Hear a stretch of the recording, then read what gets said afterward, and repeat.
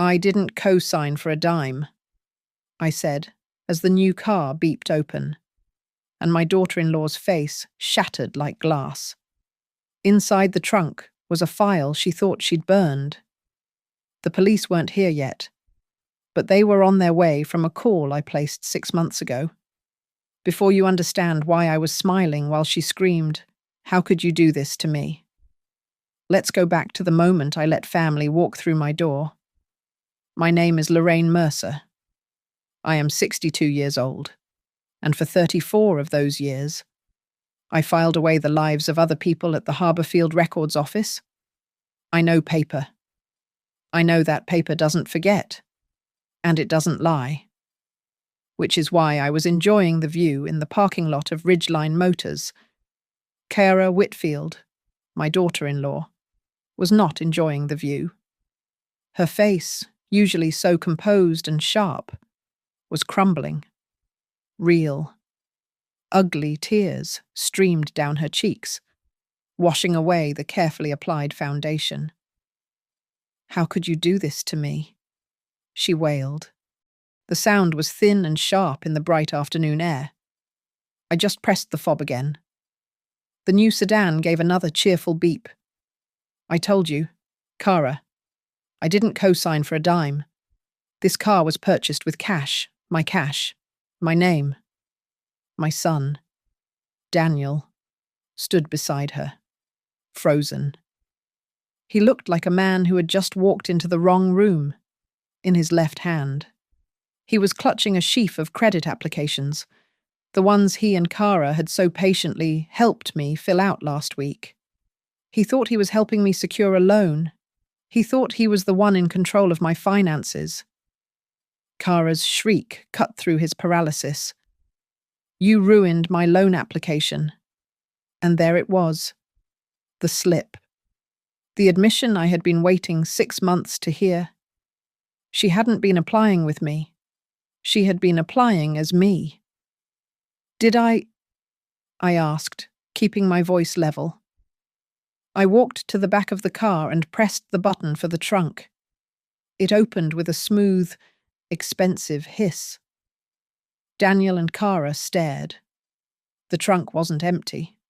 It wasn't full of shopping bags or suitcases. It contained one single, meticulously organized accordion file. "I worked in records for 34 years, I said. "You learn to keep copies."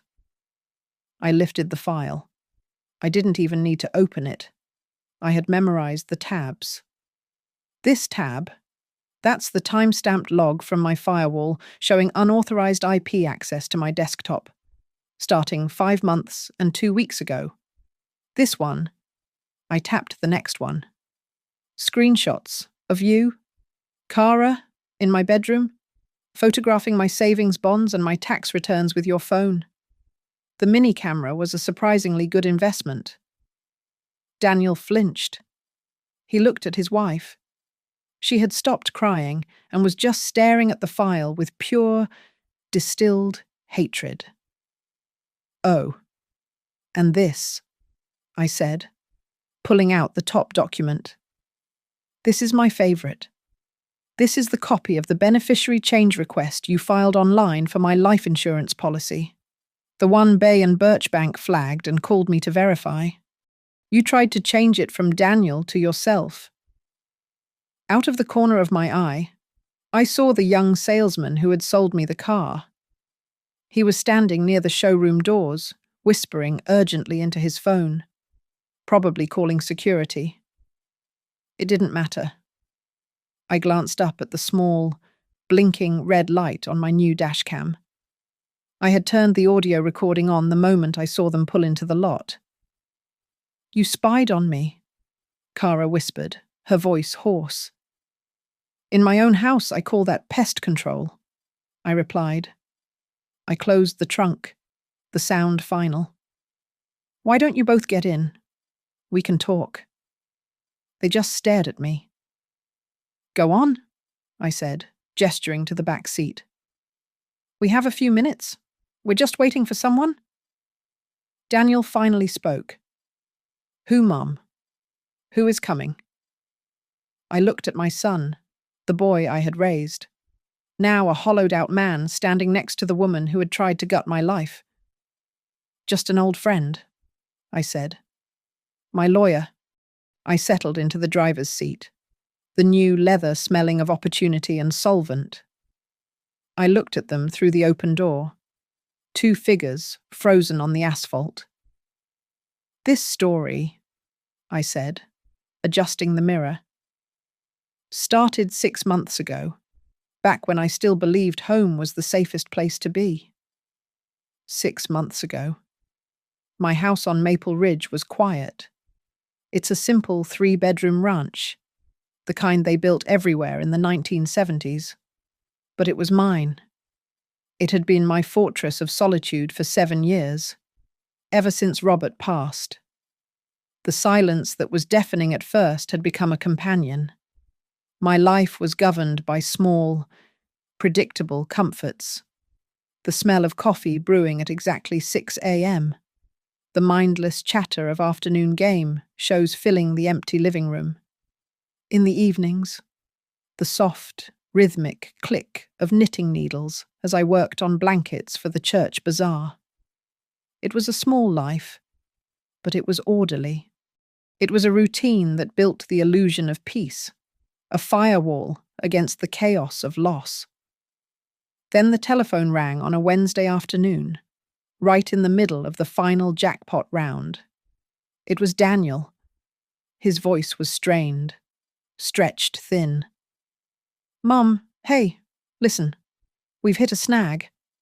I muted the television. "What's wrong?" "Honey, it's the landlord." He sighed. "He's hiking the rent, effective immediately. It's insane. Mum, he wants almost 30% more. We can't swing it right now." He paused, and I heard the muffled sound of Kara whispering to him in the background. "Look." He came back. "We just need a place to land for a little while. Just temporarily. Maybe 2 months. Tops. Just until we find something affordable." "Of course," I said immediately. The word was out of my mouth before he'd even finished the sentence. He was my son. This was his childhood home.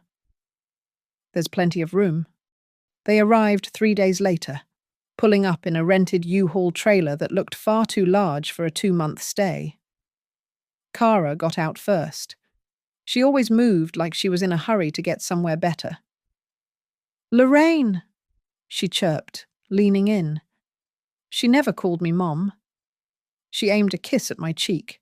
It was dry, cool, and landed closer to my ear. It felt like a transaction. Then came their things. It was not a temporary amount of luggage. It was an invasion. 6 large cardboard boxes marked kitchen and closet. 4 oversized suitcases that looked heavy enough to bend the pavement. They piled them in my foyer, blocking the hallway, instantly making the house feel cramped and foreign. The smell of their dryer sheets, a sharp floral scent I didn't recognize, erased the familiar smell of old books and my lavender polish. I watched Kara as Daniel hauled the last box inside. Her eyes were not on me or on Daniel. They were moving, sweeping across my living room. A quick, sharp assessment. Her gaze lingered on the mahogany sideboard Robert's mother had left us, then flickered to the silver-framed photographs on the mantel, then to the television. It was not the glance of a guest. It was the glance of an appraiser. The small suggestions began that very first night.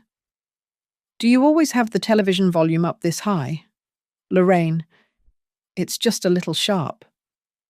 The next morning, as I made coffee, "I noticed you use butter in your scrambled eggs.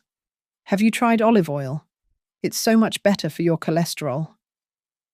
They were small critiques, phrased as helpful advice, but each one felt like a tiny paper cut. My space, my habits, my choices, all suddenly requiring her audit. The requests for money started by the weekend. Lorraine, I'm just $5 short for the pizza delivery. Do you have any cash? I kept my voice polite, firm. I'm sorry, Cara. I don't really keep cash in the house. You'll have to use your card or ask Daniel. Her smile tightened, just for a second, before she turned away. That first night, I went to my room at my usual 9:30 p.m., but sleep wouldn't come. Through my closed door, I could hear them in my living room, watching a movie I didn't recognize. I heard their laughter, low and intimate. It was the sound of a couple settling in for the night in their own home. I lay there, staring at the ceiling, feeling the house shift around me. I was no longer the owner. I was the innkeeper. I was a guest in my own life. I got up, my bare feet cold on the wooden floor. I walked past the living room to the kitchen for a glass of water, and neither of them looked up. On my way back, I stopped at the small secretary desk in the hallway. It held my bills, my checkbook, Robert's old life insurance policy. The drawer hadn't been locked in over 20 years. I went into my bedroom, opened my jewelry box, and took out the small, ornate key. I returned to the desk, inserted the key into the lock, and turned it until I heard the click. It was the first time I had ever locked a drawer against my own son. It would not be the last. The 2 months stretched into 4. The illusion of being a guest was gone. Cara now treated the house as a property she was merely tolerating. The tension was a low, constant hum, like a refrigerator about to fail. I came home early from my volunteer shift one afternoon. The house was quiet. I walked down the hall to my bedroom and pushed open the door. Cara was inside, kneeling. She had the bottom drawer of my dresser open, the one where I kept my old tax files and Robert's papers. She was halfway through a stack of manila folders. She didn't startle. She simply looked up, her hand still on my documents. There was no flicker of guilt, no flush of embarrassment, just cold annoyance at being interrupted. I was just looking for a charger, she said, her voice perfectly even. Daniel thought he might have left one in here when you first showed us the rooms. My chargers are on the nightstand, I said, pointing. That's my dresser. She stood up, brushing off her knees. Right. Well, it's not here. She walked past me out of the room, leaving the drawer wide open, a gaping wound. That evening, I brought it up when Daniel was in the kitchen. Daniel, I found Cara going through my dresser drawers today. He did not look up from his phone, his thumb scrolling endlessly. Mum, it was just a misunderstanding. She told me she was looking for a phone charger. Don't make a big deal out of it. She was in my personal files. Daniel. He sighed. A put-upon sound. She probably just opened the wrong drawer. You're being a little dramatic. I felt a cold prickle of shame, not for what I had seen, but for what I knew I had to do next. The following day, I went to an electronics store and bought a miniature camera, the kind designed to look like a USB power adapter. When the clerk asked what I needed it for, I heard myself lie. It's for the cleaning lady. I think she's been taking loose change. I felt sick saying it. Sick that I had to plant a spy in my own bedroom. I plugged it into the wall socket opposite my desk and my dresser. I told myself it was just for peace of mind, that Daniel was right, and I was just being dramatic. The footage from the first day proved I was not. I watched it that night on my laptop, headphones on, my door locked. I watched Cara enter my room, wait a full minute at the door listening, and then close it softly. She moved with a disturbing efficiency. She didn't rifle or toss things. It was methodical. She went straight to the locked desk drawer and tested it, finding it secure. She moved to the dresser. She pulled out the file drawer again and, this time, pulled out my savings bonds and my latest property tax bill. She laid them flat on my bed and took several clear pictures of each one with her phone. Then, she walked over to my jewelry box, the one Robert gave me, and tried to lift the lid. It was locked. She tested the weight of it, as if calculating its value, before setting it down. My hands were shaking. I was watching a stranger, a predator, cataloguing my life. I tried to confront them both that weekend. I kept my voice calm. I know you were in my room, Kara. I know you were looking at my financial papers. Her face instantly crumpled. She burst into tears, the kind of sudden, theatrical sobbing that demands an audience. I don't know what you're talking about. Why are you accusing me? I told you I was looking for a charger. She turned to Daniel. She's attacking me. Danny. Daniel immediately put his arm around her. He looked at me, his face a mask of disappointment and concern. Mum, this is getting out of hand. Your memory. You've been under a lot of stress. Maybe we should make an appointment for you to see Dr. Evans, just to get checked out. The air left my lungs. He wasn't defending her. He was invalidating me. They were painting me as confused, old, unstable. It was classic gaslighting, and it was terrifyingly effective. I said nothing. I just nodded, turned, and went to my room. That night, the real work began. I spent 3 hours on my laptop. I logged into my main credit card account and locked the card. I called my bank and enabled voice print verification for all telephone banking, a service I had previously found annoying. I changed every single password I had bank accounts, email, retirement funds, even my streaming services. I enabled two-factor authentication on everything that offered it, tying it directly to my cell phone, which never left my sight. 2 days later, the real bomb dropped. My phone rang. It was a number I recognized, Bay and Birch Bank, my local branch. Mrs. Mercer. This is Janice, the branch manager. I'm just calling for a routine verification. We received an online request yesterday to change the primary beneficiary on your life insurance policy, number ending in 428. My blood ran cold. Change it to whom? The request was to change the beneficiary from Daniel R. Mercer to Akara A. Whitfield, relationship listed as dependent. Our system automatically flagged it, as it's a significant policy change not originating from your usual devices. I'm assuming this is an error. Yes, Janice, I said, my voice tight. That is a fraudulent request.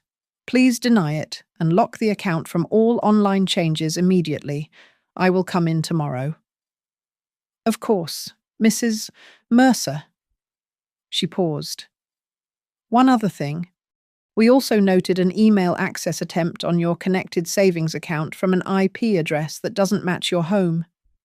It seems to have originated from a public Wi-Fi signal very close to your address. Just wanted you to be aware. I hung up the phone. A public signal near my house. She had tried from a coffee shop or the library, trying to cover her tracks, but she had failed. I opened the new, pristine notebook I had bought with the camera. On the first page, I wrote the date. I documented the call from Janice. I documented the IP address warning. I saved the video file from the mini camera to a thumb drive. I began my case file. I understood. with perfect, cold clarity, that this was no longer a misunderstanding. This was an excavation, and Kara was holding the shovel. I was living in a fog of my own fear, isolated by the shame of what was happening under my own roof. I avoided the living room when they were there, and I triple-checked the lock on my bedroom door before I went to sleep. I felt breakable. I was outside, pruning the deadheads off my roses, a task I usually enjoyed. But now I was just yanking at the stems, furious. "You're going to pull the whole bush out of the ground if you keep at it like that." I turned. It was Iris Nolan, my neighbour from across the street. Iris is 70, maybe 71, and walks 5 miles every morning. She'd been on this street longer than I had. "Just a frustrating morning, Iris," I said. She leaned on her mailbox. "They're still here, I see." She nodded toward my driveway, where Kara's car was parked, taking up half the space. I stopped pruning. The shame was thick in my throat, but the exhaustion was thicker. "It's complicated. We're having some financial disagreements." Iris looked at me, her eyes sharp and devoid of pity. "My son-in-law tried to get me to co-sign a business loan back in 2015. When I said no, he forged my signature on the application." I dropped the pruning shears. What did you do?" "I found out when the bank called, just like you probably did," she said, her voice dropping to a conspiratorial whisper. "He thought I was just a dotty old woman. I let him think it, right up until the moment the sheriff served him papers." She disappeared into her house for a moment and came back out, walking across the street to my yard. She pressed a small, stiff business card into my palm. "Atticus Vale. He specializes in elder estate protection," which is just a polite term for suing greedy children. I looked at the card. Atticus Vale, attorney at law. "Listen to me." "Lorraine," Iris said, her hand resting on my arm. "Kindness does not mean you have to be a doormat. A doormat is just a place for people to wipe their dirty feet before they walk all over your house." Her words hit me like a splash of cold water. That one sentence cut through all of Daniel's gaslighting, all of Kara's manufactured tears. I called Mr. Vale's office that afternoon, from the landline in my kitchen. I made the appointment for the following day, telling Daniel and Kara I had a routine dental cleaning. His office was not what I expected. It was small, tidy, and smelled like old books, much like my old office at the records department. Atticus Vale was a man in his 50s, with a calm demeanor and eyes that listened. I sat across from his desk, clutching my notebook. I told him everything. The 2 months promise, the dresser, the mini camera, the bank manager's call about the beneficiary change. He listened for a full 60 minutes, never once interrupting. He didn't seem shocked or surprised. He just nodded, taking meticulous notes on a yellow legal pad. When I finally finished, my voice hoarse, he steepled his fingers. "Mrs. Mercer, let me be perfectly clear. You are not paranoid, and you are not mistaken. You are the target of a coordinated effort to access your assets. Your actions in documenting this have been exactly right." For the first time in months, I felt like I could breathe. "Here is what we do next," he said. "First, we prioritize your safety and your documents. We prepare a formal eviction notice, which we will keep in reserve.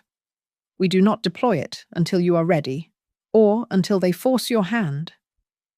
He then taught me how to organize my file. "The evidence must be categorized," he instructed, his voice taking on the tone of a professor. The footage of Kara in your room that is invasion of privacy, potentially trespassing. The bank beneficiary request that is attempted financial fraud. Any conversation where they pressure you for the house that is attempted coercion. I left his office with a list of homework. That afternoon, I went to Bay and Birchbank. I didn't just check my accounts. I moved my original will, my wedding ring, and Robert's military service medals into a new safe deposit box. I filed a temporary power of attorney with the bank, listing Atticus as the only person authorized to inquire about my accounts, effective immediately. When I got home, I bought a doorbell camera online and had it shipped to Iris's house. When it arrived, I installed it myself. But I didn't download the monitoring app to my regular smartphone, which Kara was always borrowing or glancing at. I found my old phone, the one with a small crack in the screen, charged it, connected it to the Wi-Fi, and installed the camera's app there. I kept that old phone in my knitting bag. I was learning to be a spy in my own home. A week later, Iris provided the last piece of the puzzle. She'd been doing some neighbourly research, as she put it. I was curious, so I did a little digging in the county court records. She told me over tea. It's all public. You know. She pushed a piece of paper across her kitchen table. Kara Whitfield. She has 2 outstanding judgments against her from a credit card company called Evergreen Pay. And there's a lien on that SUV of hers from an old car loan she defaulted on. They aren't just between apartments. Lorraine. They are desperate. I looked at the printouts. The motive. It wasn't just greed. It was a gaping, frantic need. They weren't just visiting. They were hunting. And that desperation, I realized, was what made them truly dangerous. I started leaving my bedroom door open, just a crack. I complained the room felt stuffy, a small lie that slid easily off my tongue. I was getting good at lying. I would turn off my bedside lamp at 10 p.m. sharp, a signal of my unshakable routine. But I wasn't sleeping. I was lying in the dark, my old, cracked smartphone resting on the nightstand, the audio recorder app open and waiting. The walls in that house are thin. I'd known it for years, but now I was counting on it. It happened on a Tuesday, late, well past midnight. I heard their footsteps in the hall, followed by a stop right outside my door. They must have thought I was sound asleep. It's not working. Danny? Kara's voice, a sharp, venomous whisper that bore no resemblance to her daytime sweetness. She's locked down everything. The bank accounts, the cards. We're running out of time. I don't know. Kara. Daniel's voice was weak, saturated with a misery I almost pitied. This feels wrong. Asking her for the house. Wrong.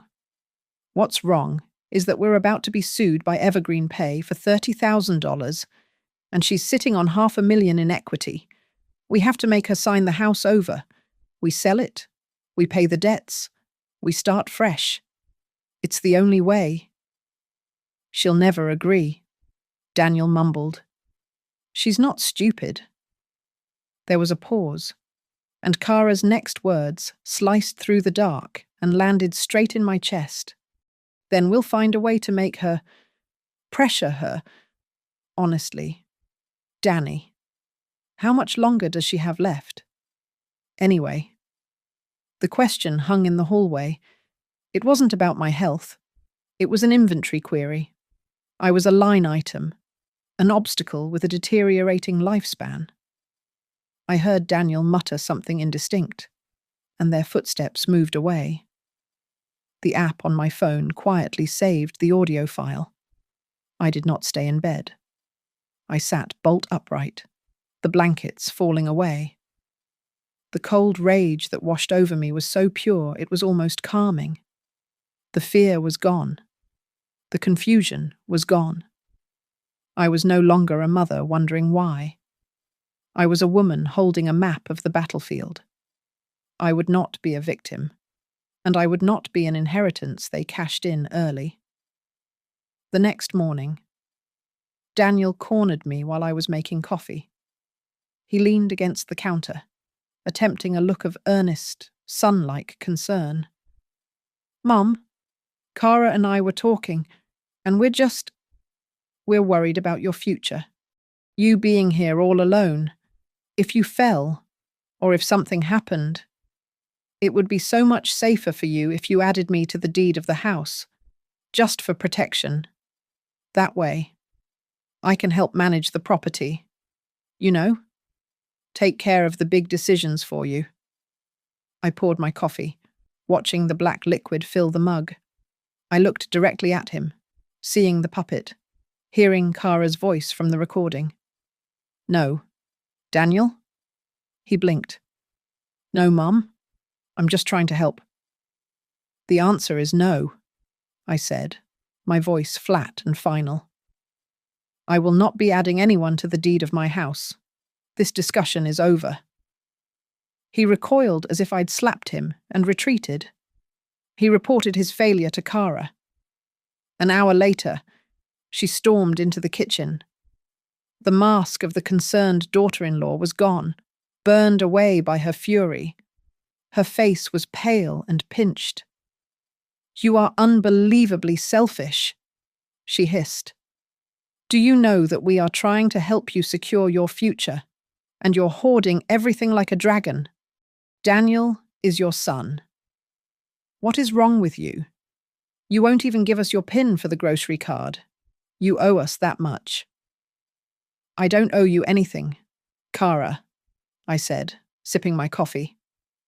"This is my house, my money. You are guests." Her face contorted. The raw entitlement was breathtaking. She spun around and slammed the door to the guest room, the boom echoing through the house. It was time to stop documenting and start guiding the narrative. That afternoon, I went into my closet and pulled out an old handbag. From it, I took a wallet I hadn't used in years. Inside was an old, expired credit card from a bank I no longer used. It was perfect. I went to my bedroom, my mini camera humming away in the wall socket. I placed the wallet on my dresser, leaving it partially open, the corner of that blue, useless card clearly visible. It was an obvious, clumsy plant. A trap laid for a greedy animal. I told them I was going to the library for the afternoon. I drove to Iris's house. We sat at her kitchen table, drank iced tea, and I watched the live feed on my old phone. It took her less than 20 minutes. The footage was crystal clear. Cara slipping into my room, looking at the dresser, her eyes zeroing in on the wallet. She picked it up, pulled the card, and, with the clinical efficiency I now recognized, photographed the front and the back with her phone.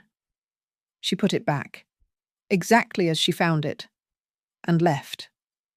I drove straight to the bank, not to my branch, but to the main operations center downtown. I sat with Janice, the manager, who now greeted me like a co-conspirator. I showed her the card number. "This account has been closed for 3 years," I said. "But she's going to try to use it. I need to know when and where." Janice looked at the number. "We can set a trap," she said, a small smile playing on her lips.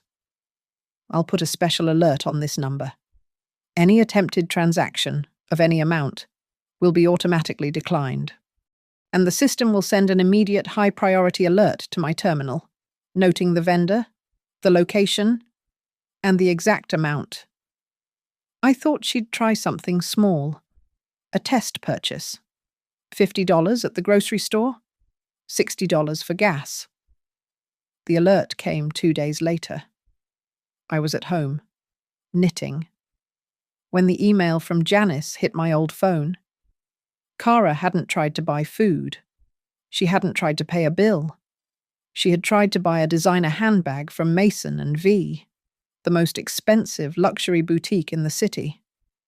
The attempted charge was for $1,800. I looked at the email. She wasn't trying to survive. She was trying to steal. The file in my notebook just got its final, damning piece of evidence.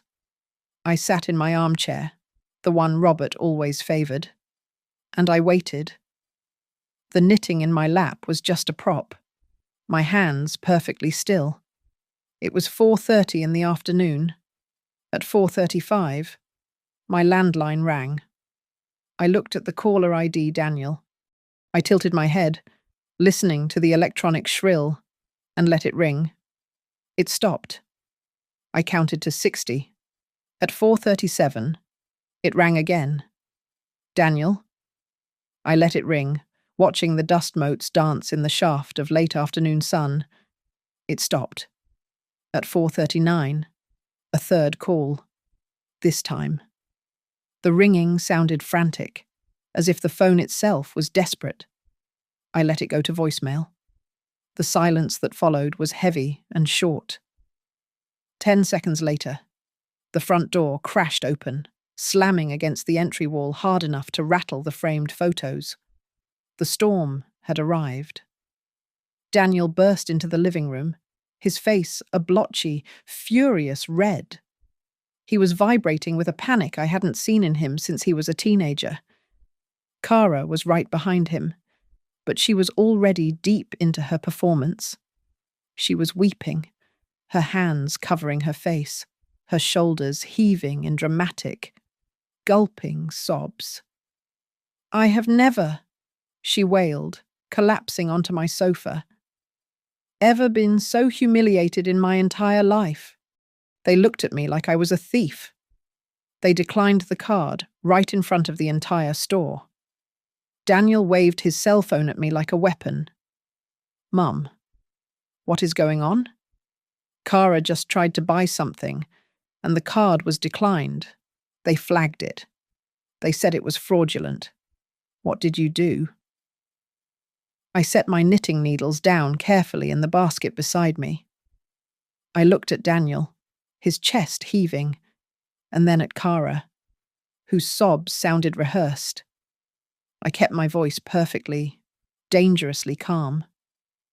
"Cara," I said, "who gave you permission to use my card?" Her crying hitched and stopped, as if I'd flipped a switch. Her head snapped up, her eyes red but narrowed. "What it was just in your wallet on the dresser. I was borrowing it. For groceries. For an $1,800 handbag at Mason and V," I countered. "Those must be very expensive groceries." Daniel looked at his wife, confusion momentarily overriding his anger. "What you told me you were going to the market. It was a test. Daniel," I said, standing up. "A trap. The card was expired. I left it there knowing she would take it. I wanted to see what she would do." You set me up," Cara shrieked. "You set yourself up. Dear, I just opened the door." I walked over to the coffee table and placed my hand on the accordion file I had left waiting there.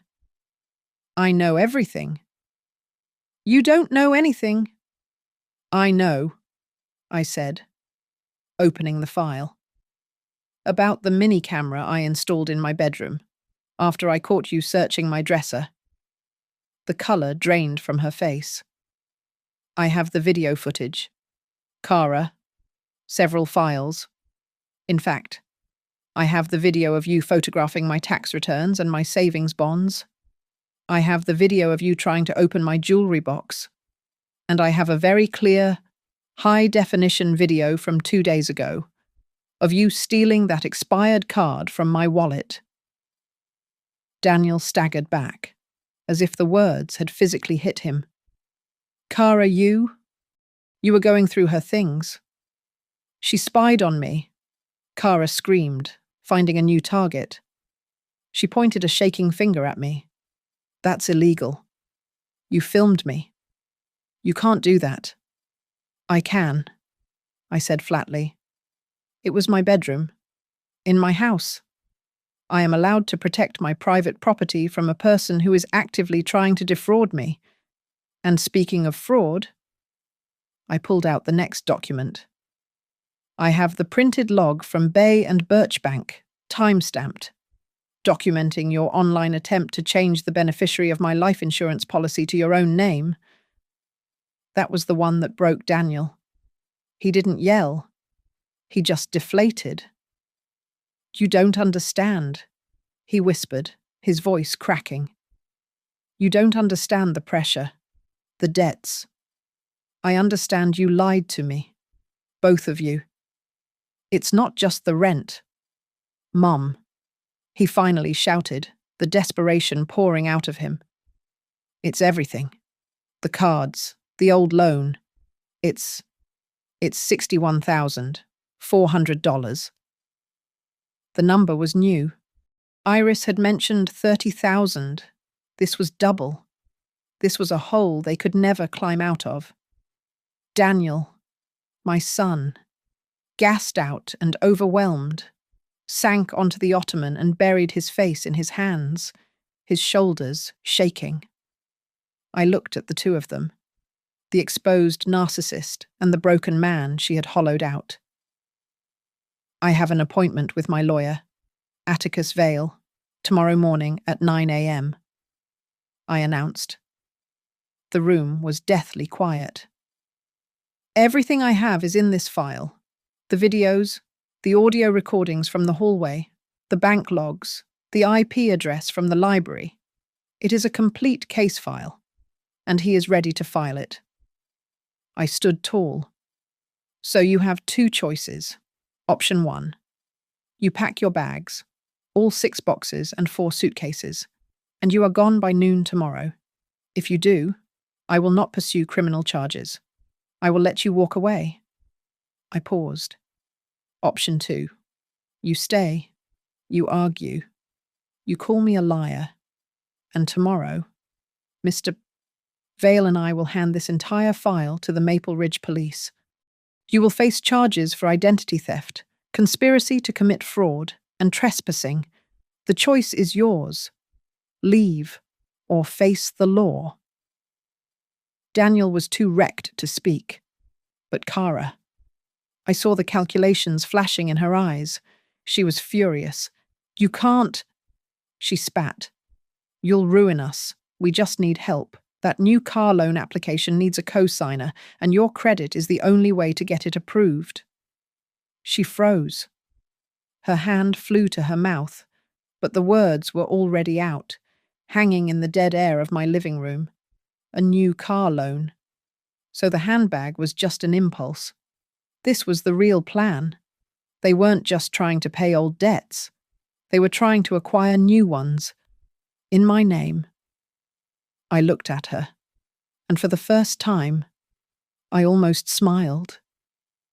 Thank you, Kara. I was wondering what you were trying to finance. I did not go to Atticus's office at 9 a.m. I had called him the night before, immediately after Kara's admission about the car loan. I told him the ultimatum I had delivered. His voice was calm. Good. You set the boundary. Lorraine.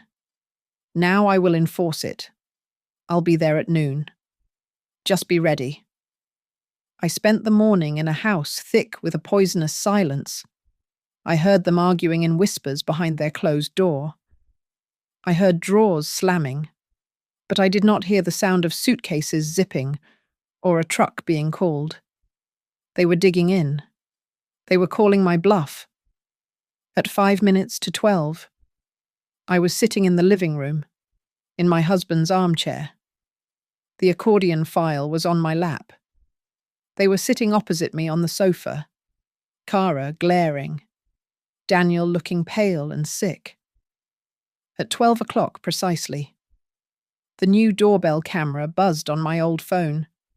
I didn't need to check the feed. The firm, steady knock that followed was not a social call. I opened the door. Atticus Vale stood on my porch, his briefcase in hand. He looked past me at the two figures on the sofa. "Mr. Mercer, Ms. Whitfield, you can't just walk in here," Kara snapped, though she didn't get up. "I can," Atticus said, stepping into the foyer. "As Mrs. Mercer's legal representative, I am here to serve you." He placed his briefcase on the coffee table, clicking the brass latches open. He removed two neat stacks of paper. "This," he said, handing the first document to Daniel, "is a formal cease and desist order. It legally prohibits you from any further attempts to access, transfer, or co-opt any of Mrs. Mercer's financial assets, accounts, or personal credit. It specifically names the beneficiary change request and the recent fraudulent car loan application." He turned and placed the second document directly into Kara's lap. "And this is a formal, legally binding notice of eviction?" "Eviction." Daniel's voice was hollow. "Mum, please, you can't. We just need a little time. A week. Just 1 week to get our finances straight." "The time for that is over," I said, my voice as hard as I felt. "You're in my mother-in-law's house." Kara sneered, her eyes flashing. "You can't just tell us what to do." "I am merely the agent," Atticus said smoothly. "As you are not paying tenants and have no lease, you are classified as occupants at will. Under state law, Mrs. Mercer is required to give you 24 hours' notice to vacate the premises." 24 hours, Kara shrieked. "That's insane. We're not leaving." As if on cue, a second, heavier knock landed on the door. I opened it to find two officers from the Maple Ridge Police Department. "Mrs. Mercer, you called about a civil standby." "Officers, thank God." Kara was instantly on her feet, the tears beginning to flow right on schedule. "Please, you have to listen to me. This is my mother-in-law. She's not well. She's confused. This man," she pointed at Atticus, "is taking advantage of her. She's having episodes, and she's trying to throw us out, but we're just trying to take care of her." The senior officer, a woman with a face that had seen every lie in the book, looked at Kara with profound disinterest. "Are you on the lease, ma'am?" "Well, no. But do you have a rental agreement? Any proof of payment?" "We're family. She invited us." The officer turned to me, ignoring Kara. "Ma'am, is this your home?" "Yes, officer. I've lived here for 35 years. "And do you wish for these two individuals to leave your property?" "I do." "Then it's a civil matter," the officer said, nodding to Atticus. "Mr.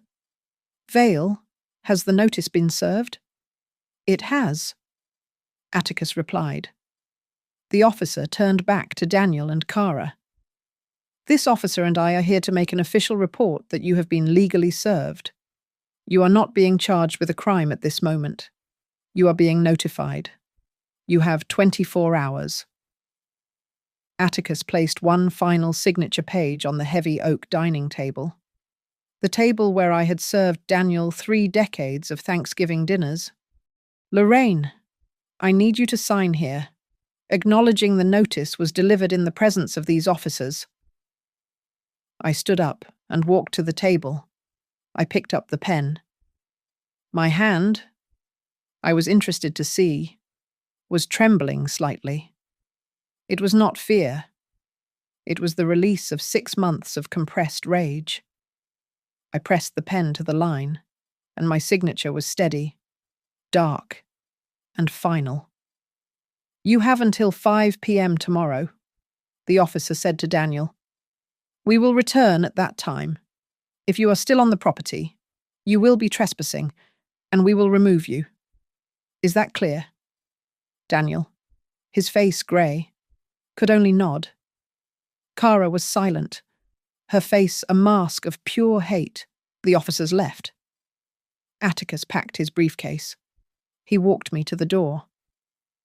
They will try to make your life hell for the next 24 hours, he said, his voice low. Do not engage. Lock your bedroom door. Do not speak to them. If they threaten you, you call 911. I understand, I said. He paused and reached into his coat pocket. He pulled out a plain white envelope and pressed it into my hand. A small contingency plan, from Iris and myself. I looked at him, confused. Just in case you don't want to be here when the clock strikes 5, he said. When you're ready to move freely. He left. I closed the door. The sound of Kara sobbing in the guest room already starting up again. I opened the envelope. Inside was a single car key with a new, unfamiliar fob. There was no note. There didn't need to be one. It was an escape hatch. It was the key to my freedom. After the officers and Atticus left, the house was plunged into a silence so profound it felt like a vacuum. I heard them in the guest room. I didn't hear packing. I heard arguing, low, hissing whispers, sharp and full of blame. I went to my room, closed the door, but I did not lock it. I didn't need to. I was just tired. An hour later, my doorbell rang. I checked the camera on my old phone. It was Iris. I opened the door, and she stood there, not with a look of pity, but of resolution. She held a glass casserole dish covered in foil. It's macaroni and cheese, she announced. The real kind, with 3 cheeses? Bad for the heart? Good for the soul? I took the dish, the warmth seeping into my hands. Thank you, Iris. Don't thank me. Just eat, she said. We sat at my kitchen table, the same table where I had signed the eviction papers. We ate straight from the dish, and we didn't say much. We didn't need to. It was a quiet solidarity, an understanding that passed between 2 women who knew what it meant to have their kindness mistaken for weakness. That night, for the first time in over 6 months, I went to bed, and I did not check the locks. I did not wedge a chair under the doorknob. I did not lie awake listening for footsteps. My heart, which had been rattling in my chest like a trapped bird, finally felt still. I fell asleep. I woke to the sounds of defeat. The rough scrape of cardboard boxes on the wooden floor, the heavy thud of suitcases being dropped. They were packing. I made myself coffee and sat in the living room, reading a novel. I did not offer them coffee. I did not speak. They did not speak to me. The house was thick with a tense, brittle silence. The clock on the mantel ticked loudly, seeming to slow time down, stretching the morning into an agonizingly long goodbye. At 4:45 in the afternoon, the car was packed. It was stuffed to the windows, their 6 boxes and 4 suitcases jammed in, a testament to the life they had tried to build on top of mine. They stood in the doorway. Kara looked at me, her face pale and pinched. There was no remorse in her eyes, just a flat, cold hatred that had burned itself out. She yanked the passenger door open and got in. Slamming it hard enough to rattle the frame, Daniel lingered on the porch. He looked hollowed out. "Mum," he whispered. His voice was raw. "Please. Just one more chance. I'll fix this. I'll fix her. Don't do this." I looked at my son. I saw the boy I had raised, but I also saw the man who had sat silently while his wife planned my financial ruin. Not today. Daniel? I said. My voice was not angry. It was just empty. You have to go. As if on cue, the Maple Ridge police cruiser pulled up to the curb. It was 5 o'clock. The officer from the day before stepped out, not approaching, just standing by his car, a silent, official witness. Daniel's shoulders slumped. It was final. He turned, got into the driver's seat, and started the engine.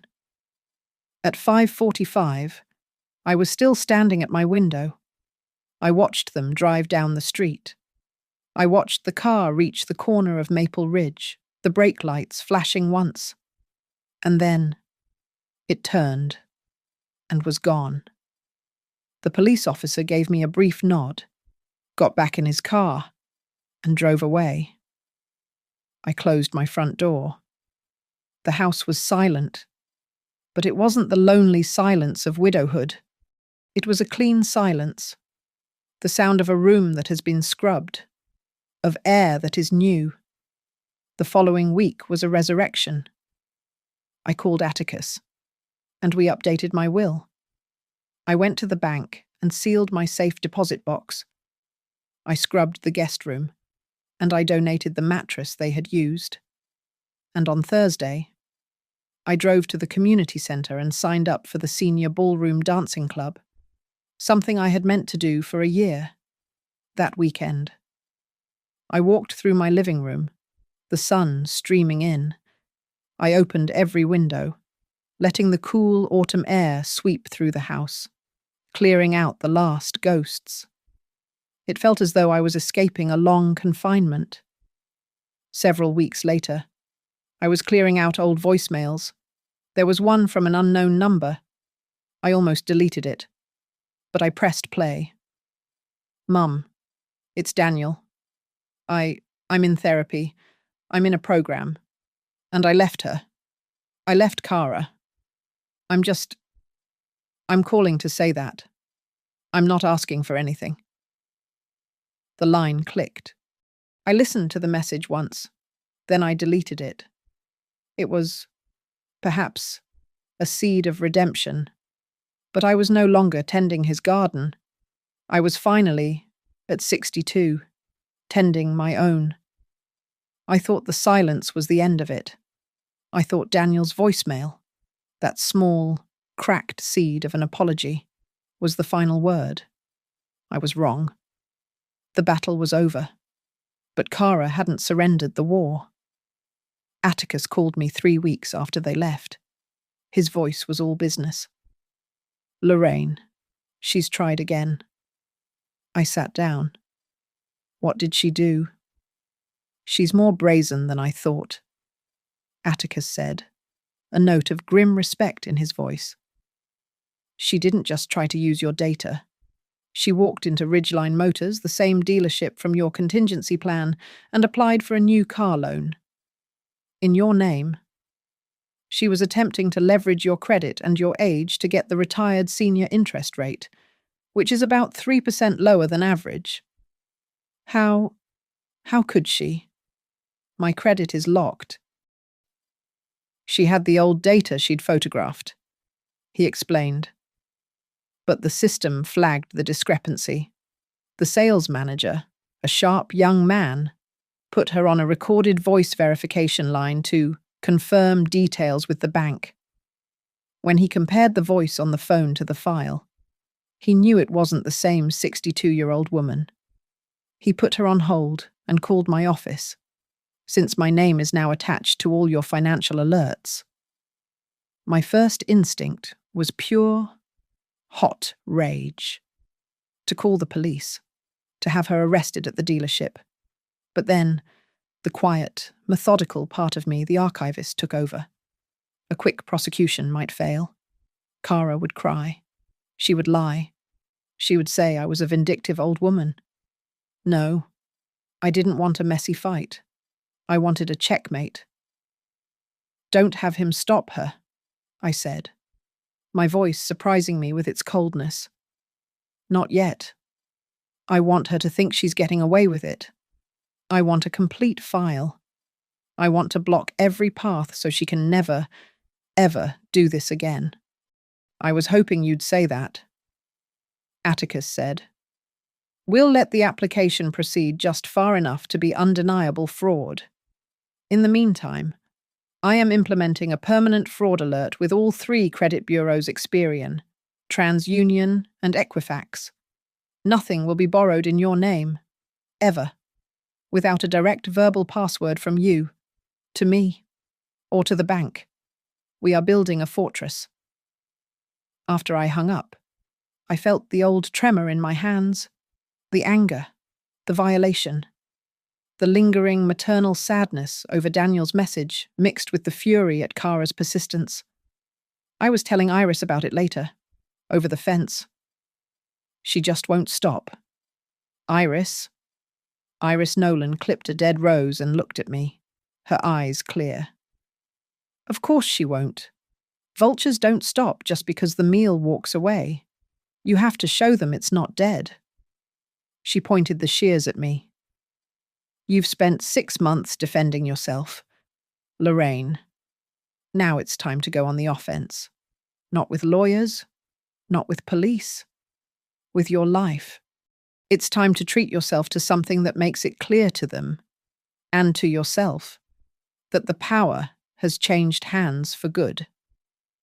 Her words reminded me of the envelope, the one Atticus had given me on that final day, the one with the key. I had tucked it away, thinking it was just a nice gesture. I went inside and opened it. It was a key fob, but attached was a small plastic tag with a stock number and a name Ridgeline Motors. It wasn't a contingency plan. It was a reservation. Atticus and Iris had put a deposit down, in my name, on a new, safe, reliable sedan. The very car Kara was now trying to steal. A plan, cold and perfect, clicked into place in my mind. I called Atticus back. The sedan at Ridgeline. I want it. I thought you might, he said. It's a good car. Safe? I'm not financing it, I said, looking at my online investment portfolio. I'm buying it. Cash. I'm transferring the money from my investment account today. It's a legal, documented transfer. My money, moved by me, for my purchase. It was the money Robert and I had saved. It wasn't for my old age. It was for my new life.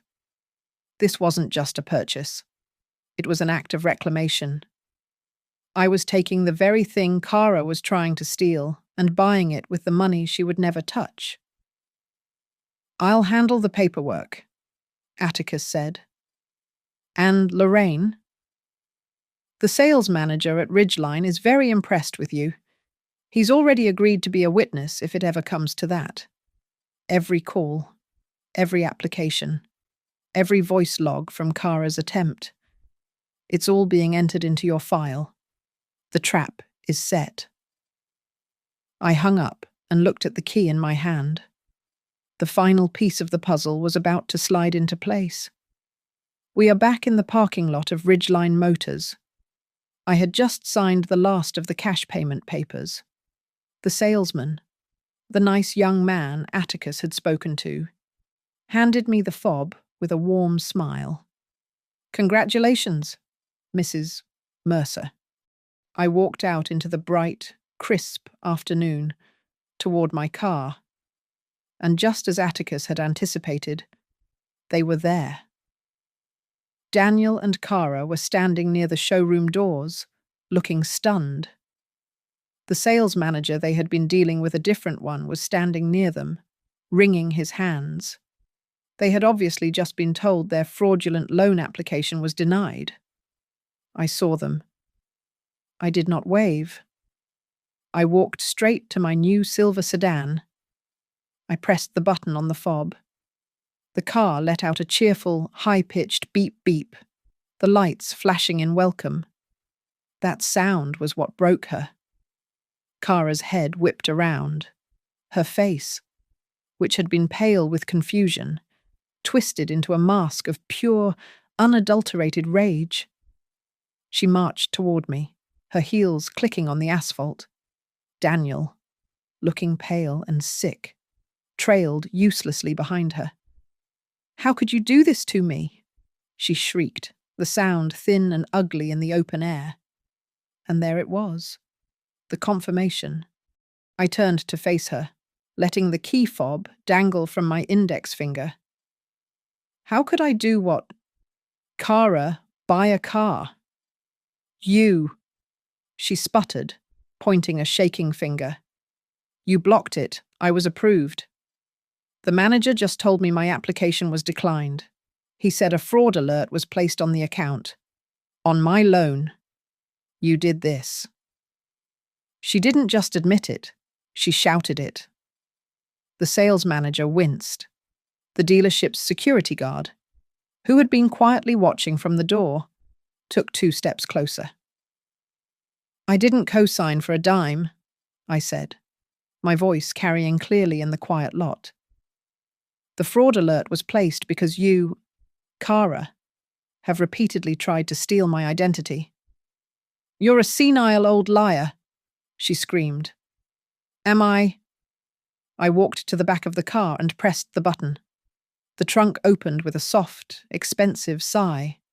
Inside, perfectly centered, was my accordion file. I worked in records for 34 years, I said, tapping the lid. I keep copies of everything. I lifted the file and fanned out the contents for them to see. This is the time-stamped log of your unauthorized IP access from the library. This is the stack of screenshots from the camera in my bedroom, showing you photographing my tax returns.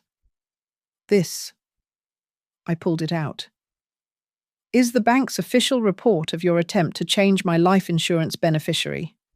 And this is the declined transaction report from Mason & V for an $1,800 handbag. Kara stared at the papers as if they were a nest of snakes. Good afternoon, Mrs. Mercer. Atticus Vale's calm voice cut through the tension. He walked up, looking pristine in his suit. He nodded politely to the sales manager. Mr. Evans, thank you for your cooperation. Of course, Mr. Vale, the manager replied, looking relieved. Atticus turned to Kara. Her face had gone completely white. He pulled a thick, legal-sized envelope from his briefcase. Ms. Whitfield, this is a formal, final cease and desist order.